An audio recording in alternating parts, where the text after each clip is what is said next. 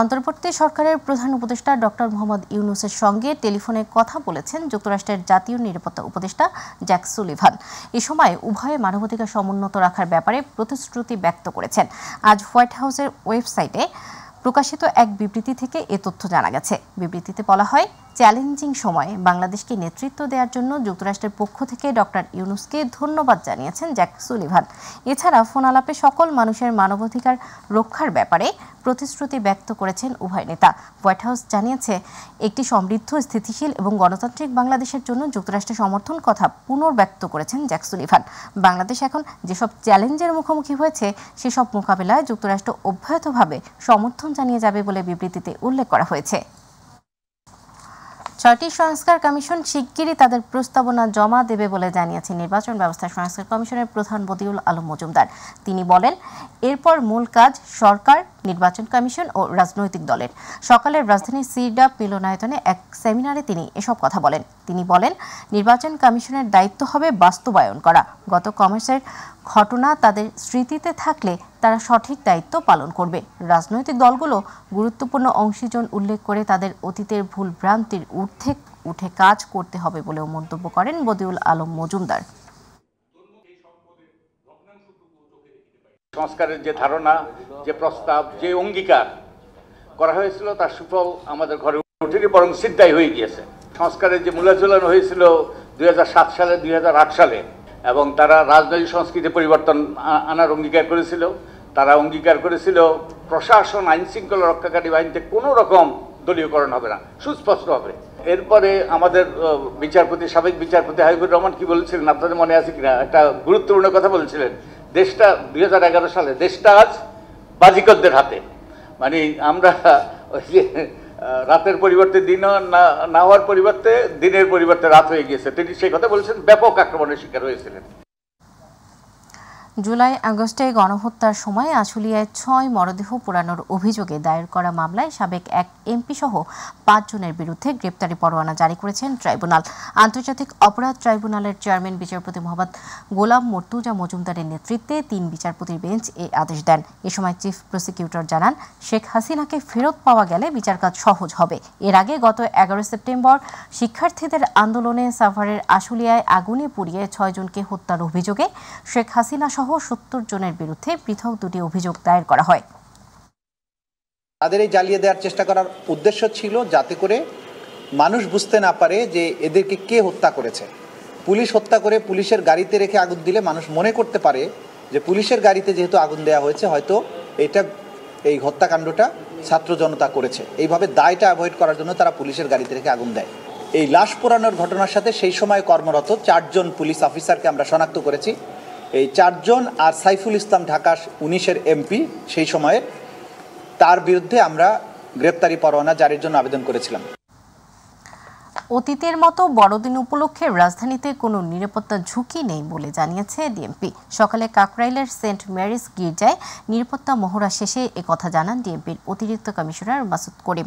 বলেন, গির্জাগুলোতে নিরাপত্তা বেষ্টনী তৈরিতে পুলিশের পাশাপাশি অন্যান্য আইনশৃঙ্খলা বাহিনীর সদস্যরা সাদা পোশাকে নিরাপত্তার দায়িত্ব পালন করবে। পাশাপাশি সেনাবাহিনীর সদস্যরাও মাঠে থাকবে বলেও জানান ডিএমপির এই শীর্ষ কর্মকর্তা।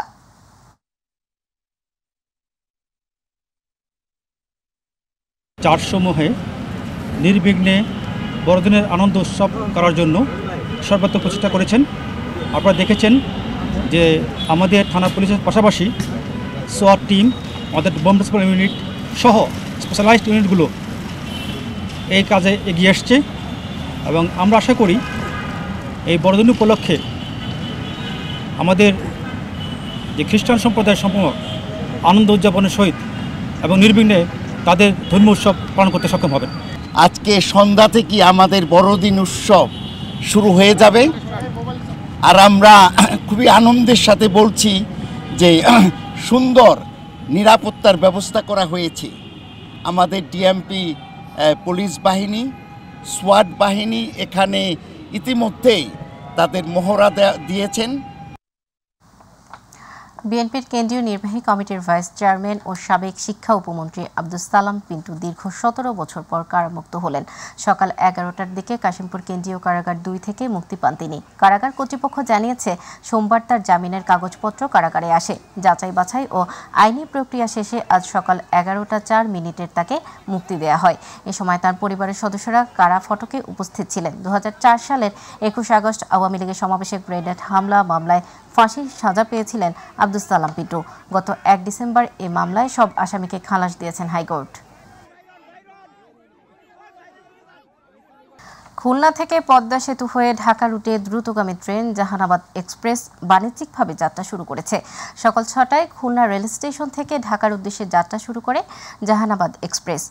পৌনে 4 ঘন্টায় ট্রেনটি পদ্মা সেতু হয়ে ঢাকায় পৌঁছায় সকাল 10:30 নাগাদ। খুলনা থেকে ঢাকা রুটে জাহানাবাদ এক্সপ্রেস যাত্রা বিরতি করবে নওয়াপাড়া, সিঙ্গিয়া জংশন, নড়াইল, লোহাগড়া, কাশিয়ানী জংশন ও ভাঙ্গা জংশনে। বেলা 11টায় ঢাকা থেকে ট্রেনটি রূপসী বাংলা এক্সপ্রেস নামে ছেড়ে যশোরের বেনাপোলে পৌঁছাবে দুপুর 2:30টায়। বেলা 3টায় ফের এটি বেনাপোল থেকে ছেড়ে যাবে, ঢাকা পৌঁছাবে সন্ধ্যা 7:10। রাত 8টায় ট্রেনটি জাহানাবাদ এক্সপ্রেস নামে আবার ঢাকা থেকে যাত্রা করে খুলনায় পৌঁছাবে রাত 11:40। স্বল্প খরচ ও দ্রুত সময়ে এই ট্রেন যাত্রায় খুশি যাত্রীরা। নতুন রুটে দূরত্ব কমে যাওয়ায় এখন যাতায়াতে সময় কম লাগবে বলেও জানায় অনেকে। কম সময়ে আমরা ঢাকা যাব, এটা আমাদের জাস্ট একটা স্বপ্ন ছিল, বাট এখন এটা বাস্তবে পরিণত হয়েছে। সকাল 6টা থেকে আমরা 10টার আগেই পৌঁছে যাবো ঢাকাতে। খুবই ভালো লাগছে। আমরা খুব আনন্দ পাচ্ছি, ট্রেনে যেতে খুব সুবিধা, ট্রেন জার্নিটা ভালো আর ভাড়া কম। দর্শক, মাগুরা থেকে চাঁদপুরে 2 নৌ শ্রমিক নিহতের ঘটনার আরও খবর জানাতে যুক্ত হচ্ছেন প্রতিনিধি আশরাফুল সাগর। আপনাকে আপনি ঠিক যেমনটা বলছিলেন, চাঁদপুরের হাইমচর উপজেলার মেঘনা নদীর ঈশানবালা খালের উপর নোঙ্গর করে থাকা এমভি আল বাকের জাহাজটি থেকে যে 7টি মৃতদেহ উদ্ধার করা হয়েছিল তার মধ্যে 2 জনের গ্রামের বাড়ি মাগুরা জেলার মোহাম্মদপুর উপজেলায়। আমি তাদের একজনের বাড়িতে এসেছি, গ্রামের বাড়িতে। তার নাম হচ্ছে সজিবুল ইসলাম। তার গ্রামের বাড়ি হচ্ছে মাগুরা জেলার মোহাম্মদপুর উপজেলার পলাশবাড়িয়া ইউনিয়নের পলাশবাড়িয়া গ্রামে। সকাল থেকেই আমরা যখন এসেছি তখন থেকেই দেখেছি যে এই সজিবুল ইসলামের মৃতের ঘটনা, তার মারা যাওয়ার ঘটনা জানতে পেরে তার আত্মীয় স্বজনরা তার বাড়িতে এসে ভিড় জমাচ্ছেন এবং কান্নার একটি আহাজারির আর্তনাদ শুরু হয়ে গেছে তার বাড়িতে। এবং আরেকটি ক্ষেত্রে খেয়াল করলে দেখা যাবে একই ইউনিয়নের মাজিদ ইসলাম মজিব, তার গ্রামের বাড়ি হচ্ছে ইউনিয়নের যশবন্তপুর গ্রামে। তিনি আরিস মোল্লার ছেলে, তিনিও একই ঘটনায় হত্যার শিকার হয়েছেন। এবং আপনাদেরকে আরেকটা বিষয় না বললেই নয় যে এই দুটি ঘটনা, দুটি লাশ ফেরার যে অপেক্ষায় তাদের পরিবাররা রয়েছে এবং সেই আর্তনাদেই কিন্তু এলাকাবাসী আকাশে বাতাসে কিন্তু ভাসছে সেই আর্তনাদ। আমি কিন্তু এখন সজিবুল ইসলামের চাচার সাথে কথা বলবো যে তারা কখন এই সজিবুল ইসলামের জানাজা সময় নির্ধারণ করেছে এবং তারা কখন জানতে পেরেছে ঘটনাটি। আপনারা কখন জানতে পেরেছেন যে সজিবুল ইসলাম মারা গেছে? জানতে পেরেছি যে জানাজা বললে এই ঘটনা ঘটছে, এখন জানাজার কোনো সিদ্ধান্ত হইবে। আচ্ছা, ঠিক যেমনটা আপনারা শুনছিলেন যে সজিবুল ইসলামের চাচা বলছিলেন যে এখনো জানাজার সময় নির্ধারণ করা হয়নি, তারা লাশ আসার অপেক্ষায় রয়েছে। এই ছিল আমার কাছে সর্বশেষ মাগুরা থেকে। ধন্যবাদ। ঢাকা আরিচা মহাসড়কের ধামরাইয়ে পাল্লা দিয়ে দিন দিন বেড়েই চলছে 3 চাকার যানবাহন। বেপরোয়া গতি, চালকদের অদক্ষতা ও ট্রাফিক আইন সম্পর্কে ধারণা না থাকায় মহাসড়কে প্রায় ঘটে দুর্ঘটনা। হাইওয়ে পুলিশের সক্ষমতা বাড়িয়ে মহাসড়কে 3 চাকার যানবাহন রোধ করা হবে, এতে কমে যাবে সড়ক দুর্ঘটনা মনে করে হাইওয়ে পুলিশ। প্রতিনিধি আব্দুর রশিদ তুষারের রিপোর্ট জানাচ্ছেন ইলিয়াস কমল। ঢাকা আরিচা মহাসড়কের ধামরায়ে দিন দিন বেড়েই চলছে 3 চাকার যানবাহন। বেপরোয়া গতি, চালকদের অদক্ষতা ও ট্রাফিক আইন সম্পর্কে ধারণা না থাকায় প্রতিনিয়তই মহাসড়কে ঘটছে দুর্ঘটনা।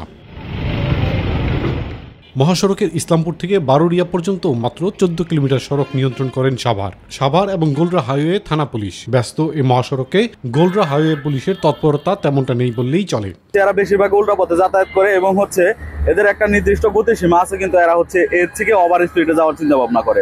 রুগী দেখে উঠছি, আবার তো দূরে ইসলামপুর হাসপাতালে নিতে হবে। মহাসড়কে চলাচল করা 3 চাকার যানবাহন হাইওয়ে পুলিশ আটক করে 2-1টি মামলা দেওয়া হলেও অদৃশ্য কারণে বেশিরভাগ যানবাহন ছেড়ে দেওয়ার অভিযোগ রয়েছে গোলরা হাইওয়ে থানা পুলিশের বিরুদ্ধে। মহাসড়কে শৃঙ্খলা ফিরিয়ে আনতে প্রতিনিয়ত প্রচারণা চালানো প্রয়োজন বলে মনে করেন সচেতন মহল। তবে আমাদের প্রত্যাশা যেটা, যে সড়ক দুর্ঘটনা কমিয়ে আনতে গেলে উল্টো পথে যে যানবাহনগুলো মানে 3 হুইলার বা ছোট যানবাহন চলাচল করে, এটাকে বন্ধ করতে হবে। চালকদের ট্রাফিক জ্ঞান না থাকায় বেশিরভাগ দুর্ঘটনার কারণ বলে জানালেন সাভার হাইওয়ে থানার ভারপ্রাপ্ত কর্মকর্তা।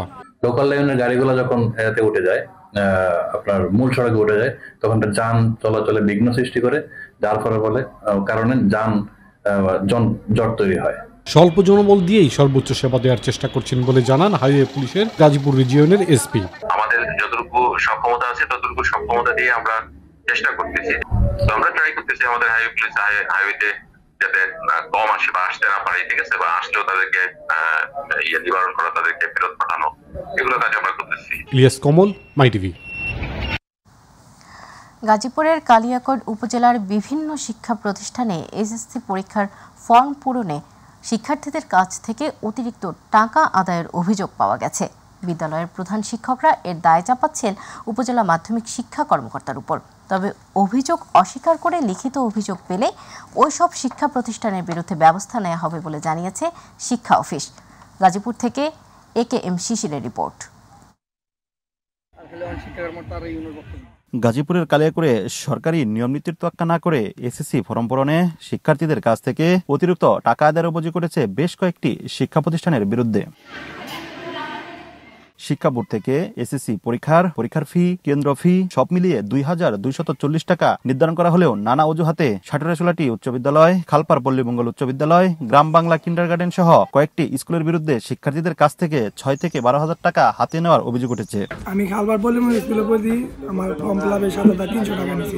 স্যারেরা দিতে বলছে যে 7,300 টাকা ফর্ম ফিলাপ করতে লাগবে, কোচিং এ কি সহ মানে ফ্রি সহ। আমরা তাই দিছি স্যারের কথা মতো। 10,000 টাকা লাস্ট ডেট 9টা পর্যন্ত, পরে টাকা পয়সা কজা কইরা পরে 2,000 টাকা ম্যানেজ করা হয় নাই, পরে আরেক দোকান তাতে নিয়ে 10,000 টাকা মিল করে দিচ্ছি। উপজেলা মাধ্যমিক কর্মকর্তার নির্দেশনায় অতিরিক্ত টাকা আদায় করা হচ্ছে বলে জানান এই প্রধান শিক্ষক। আর টাকা বেশি নিচ্ছেন এ বিষয়ে বক্তব্য নিতে চাইলে মাই টিভি প্রতিনিধিকে ম্যানেজ করতে ব্যস্ত হয়ে পড়েন তারা। না ওই বলছি যে ও চাফার কার টাকা দিবেন, বরকত কে দিছি না টাকা লাগতো না, টাকা নিয়ে চাফার কার টাকা আমাদের না না না। তবে শিক্ষা অফিসের বিরুদ্ধে শিক্ষকদের অভিযোগ অস্বীকার করে লিখিত অভিযোগ পেলে ওইসব প্রতিষ্ঠানের বিরুদ্ধে দ্রুত ব্যবস্থা নেওয়া বলে জানান উপজেলা মাধ্যমিক কর্মকর্তা। স্পষ্টভাবে বলে দিচ্ছি, বোর্ড কর্তৃক নির্ধারিত ফর্ম ফিলাপের অতিরিক্ত যদি কোনো প্রতিষ্ঠান নিয়ে থাকে, আমাদের কাছে যদি কোনো লিখিত যদি এরকম অভিযোগ আসে, আমরা ওই প্রতিষ্ঠানের বিরুদ্ধে আমরা বিভাগীয় ব্যবস্থা নিই। এই উপজেলায় 52টি সরকারি উচ্চ বিদ্যালয় ও 178টি কিন্ডারগার্টেন রয়েছে। AKM শিশির, মাই টিভি, কালিয়াকৈর, গাজীপুর। শিল্পী সংকট, প্রেক্ষাগৃহের স্বল্পতা আর লগ্নিকারকদের আগ্রহ কমে যাওয়ায় দিনকে দিন দেশের চলচ্চিত্র শিল্প স্থবির হয়ে পড়েছে বলে মনে করছেন চলচ্চিত্র সংশ্লিষ্টরা। সংকট উত্তরণে নতুন বাংলাদেশের সরকার ইতোমধ্যেই চলচ্চিত্রের উন্নয়ন ও বিকাশের নানামুখী কার্যক্রম হাতে নিয়েছে বলে জানান চলচ্চিত্র নির্মাতারা। জাহিদ আহমেদ বাবুর বিশেষ রিপোর্ট। হাতুড়ি পেরেকের এই খটখট শব্দে মুখরিত এফডিসির বেশিরভাগ আঙিনা। ফ্লোরে ফ্লোরে চলছে শিল্পের অবকাঠামো নির্মাণ। মহাসমারোহে চলা এসব এক একটি অবকাঠামো তৈরির চিত্রটি দেখে সহজেই মনে হতে পারে এটি কোনো সিনেমার শুটিংয়ের নির্মাণাধীন সেট, কিন্তু না, এটি একটি বিজ্ঞাপন চিত্র ধারণ করার লক্ষ্যেই তৈরি করা হচ্ছে শুটিংয়ের সেট। এফডিসিতে শুটিং বাবদ খরচ কমে যাওয়ার কারণে নির্মাতারা এখন এফডিসি মুখী হচ্ছেন বলে জানান এই শিল্প নির্দেশক। আমরা তো বিভিন্ন জায়গাতেই কাজ করি, এখন বিভিন্ন জায়গাতে কাজ করার বিভিন্ন রকম অপশন আছে। তো এফডিসিতে এটা একটা প্রফেশনাল জায়গা, এটা আমরা আগের থেকেই করি। আগে যতটুকু ছিল এখন নাকি কিছু কমছে আর কি। এফডিসির প্রশাসন ভবনের আঙিনা জুড়ে শুটিংয়ের সেট তৈরিতে ব্যস্ত একজন শিল্প নির্দেশক বললেন, এখানে অনুষ্ঠিত হবে বিপিএল এর থিম সং এর শুটিং। একটা বিপিএল এর প্রজেক্ট, এটা হলো আমাদের সাকিব খান ওনার একটা থিম সং এর উপরে একটা সেট হবে এখানে। ওই সেটে গান, থিম সং এর গান আর কি 25 তারিখ।